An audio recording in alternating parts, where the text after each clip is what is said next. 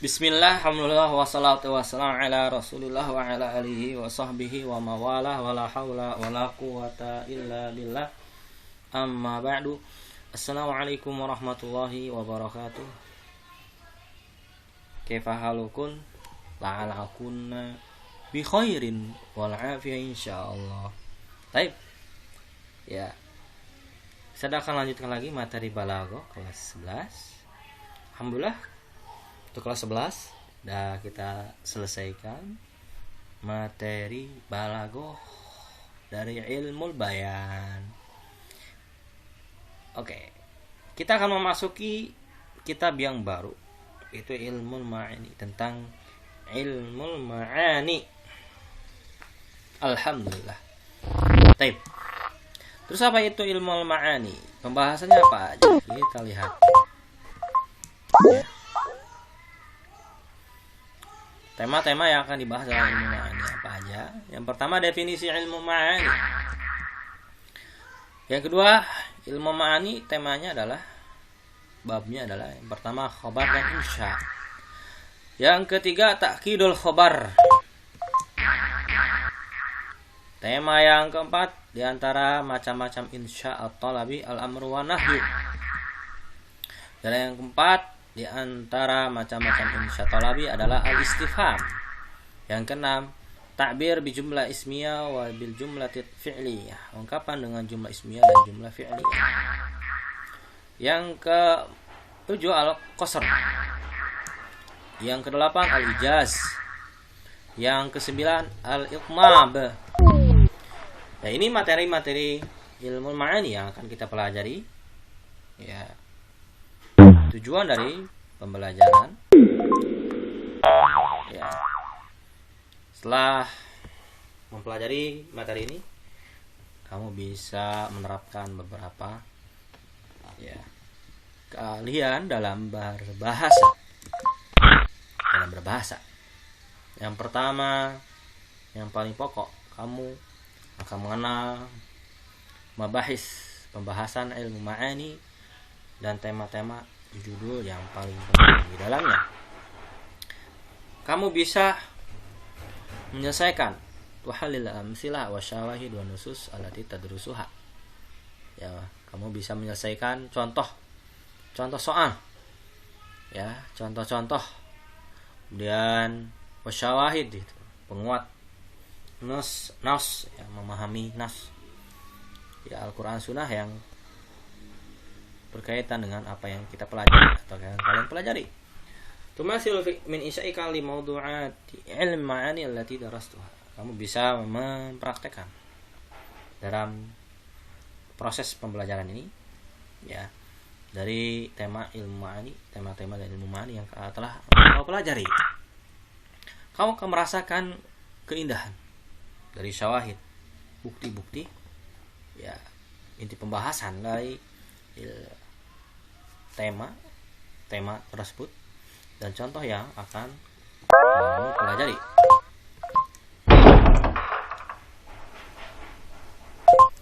Baik. Materi yang pertama adalah definisi ilmu ma'ani. Sebagaimana yang kita ketahui tentang ilmu bayan itu apa, ilmu ma'ani itu apa, ilmu badi itu apa. Kita ulangi lagi, apa definisi ilmu al-ma'ani. Ya, sebelumnya kita akan memperhatikan dua jumlah berikut. Innama anta katibun wa innamal katibu anta. Fatimatu zatu khuluqin karimin wa inna Fatimata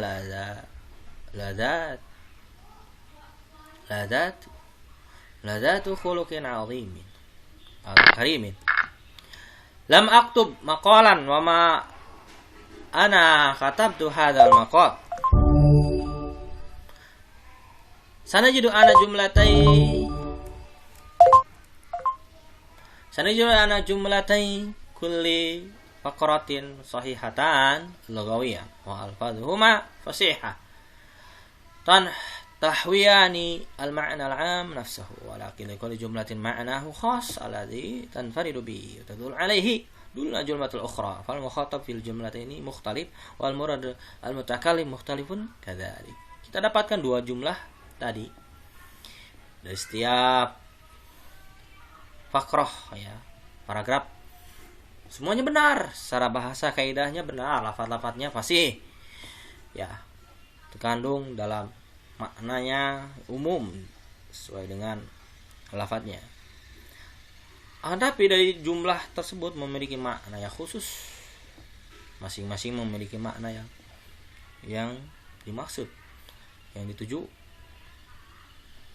ya, berbeda dengan jumlah yang lain, kalimat yang lain.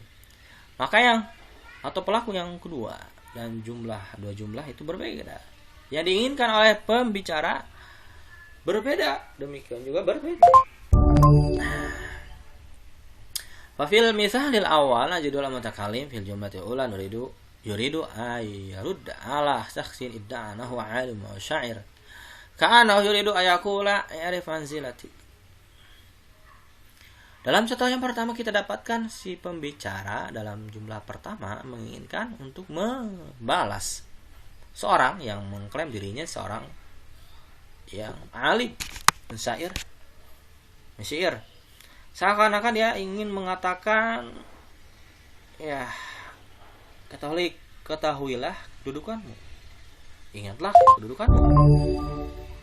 Adapun pembicara dari jumlah yang kedua yang diinginkan adalah menenangkan, meyakinkan lawan bicaranya bahwasanya dia adalah penulis yang ulung dan dia lebih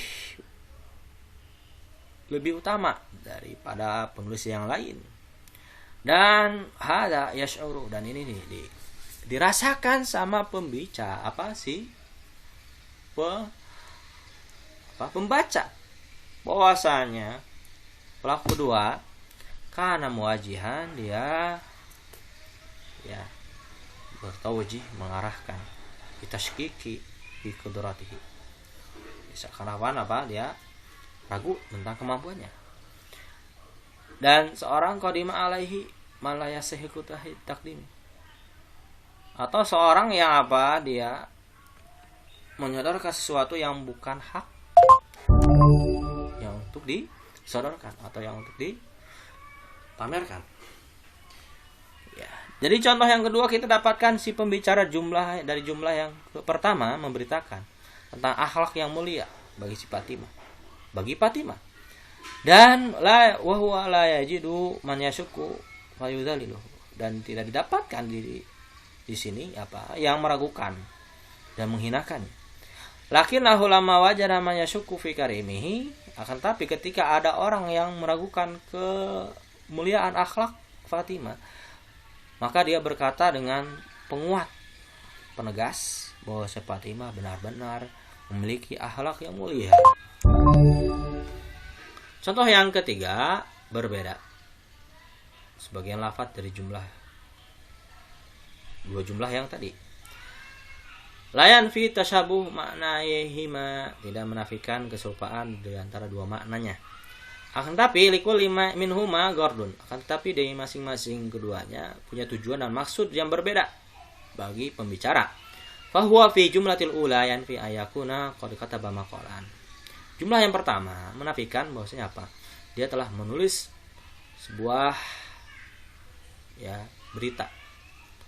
Wala yu'inuhu ayakul ghairuhu qad katab amla, dan dia tidak mengklaim atau menentukan, ya, orang yang menulis lainnya dan nulis atau tidak. Tapi dalam jumlah yang kedua asbah amam maqali muhaddadan lam yaktubhu.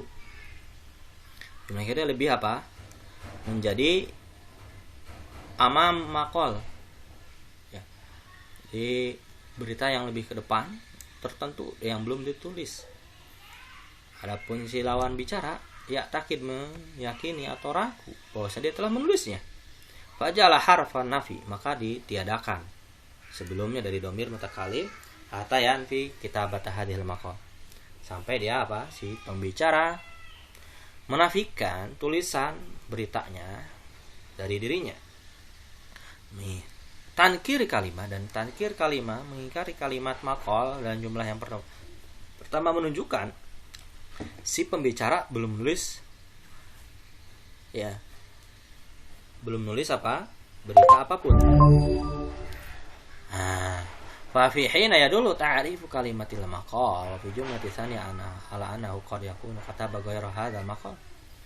Kama anna wujuda ismi isyarah hadza yadullu ala wujudi maqal musyarun ilaihi. Ketika itu menunjukkan, ya, ta'rif mengenalkan kalimat maqal dan jumlah yang kedua ala annahu qad yakunu.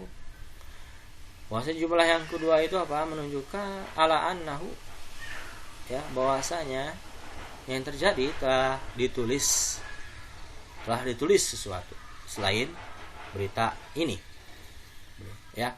Kama ana wujuda ismi isyarah, sebagaimana yang diterangkan atau yang berada dengan atau yang disebutkan dengan isim isyarah hadza, ya, dulu menunjukkan adanya maqal yang diisyaratkan itu. Ya, ringkasnya kita ringkas. Apa itu ilmu ma'ani biar gak pusing.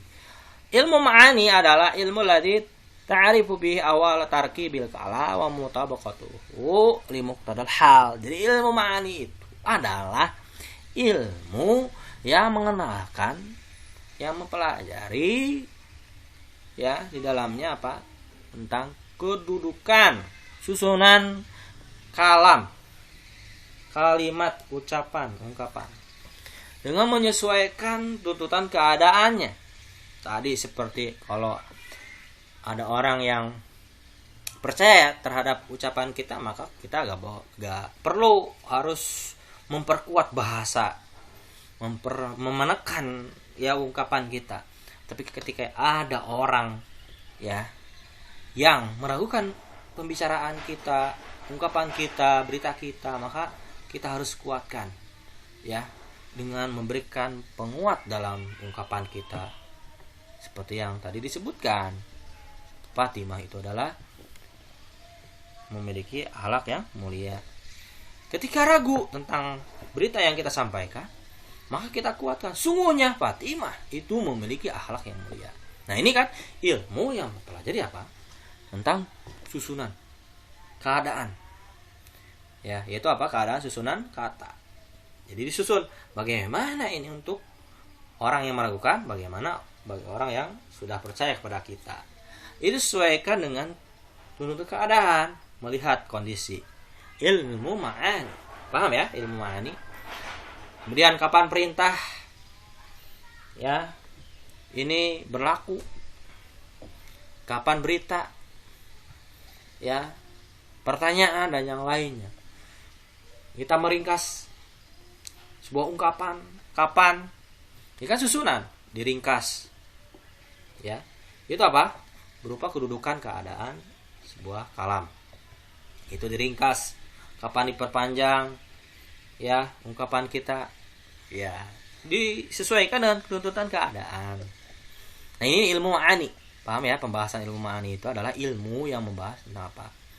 Yang pelajari, ya, diketahui di dalamnya apa? Kedudukan susunan kalam dan menyesuaikan dengan tuntutan keadaan. Sampai situ dulu. Naktafi bihadzal qadar, subhanakallahumma wa bihamdika asyhadu alla ilaha illa anta astaghfiruka wa atubu ilaik.